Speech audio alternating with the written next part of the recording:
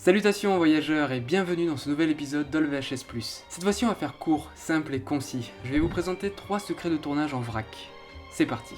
Le Godzilla d'Emmerich n'a pas plu aux japonais. Récompensé au prix du plus mauvais remake au Razzie Awards de 98, le Godzilla d'Emmerich, sur le premier Godzilla américain, a fait couler beaucoup d'encre. De sa sortie jusqu'à aujourd'hui, les avis sont très mitigés autour de ce film. Jusqu'au Japon, pays origine de l'histoire qui en est à leur énième film Godzilla. Ce qu'il faut savoir, c'est que les japonais, eux, n'ont pas vraiment aimé l'adaptation américaine, au point de se moquer littéralement du film d'Emmerich en faisant battre sa créature contre un Godzilla japonais, dans le film Monster Wars. Film produit par la boîte de production japonaise la Toho, qui produit aussi les films Godzilla depuis 1954. Au cours de l'intrigue, le film met en scène ce fameux combat qui tourne très vite au vinaigre pour le Godzilla d'Emmerich. Rapide. Construire le Titanic a coûté moins cher à faire que le film.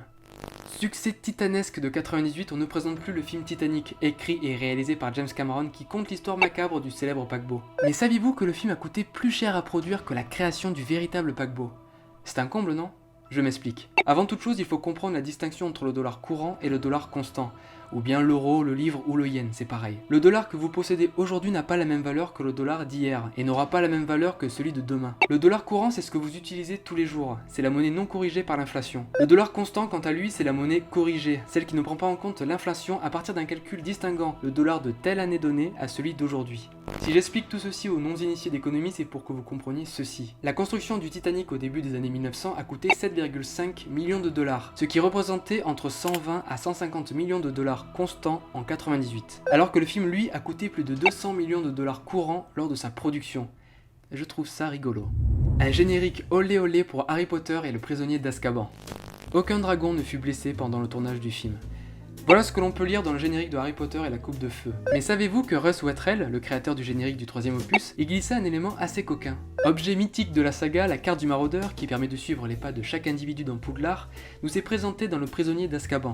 Russ Wettrell réutilise l'esthétique de cette carte pour son générique. Et au coin d'un couloir, que pouvons-nous voir ? À défaut de confirmation, pendant des années, certaines personnes ont cru, ou plutôt voulu voir, une scène de sexe. Certes, il s'était amusé avec son équipe à glisser des blagues visuelles dans le générique, mais le créateur lui-même a confirmé il y a peu que ce n'était juste 2 étudiants s'embrassant. Coquin.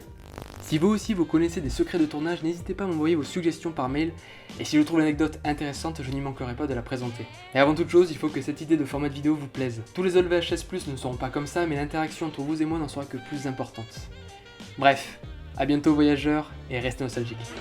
The thrill is gone. The thrill is gone. The thrill is gone.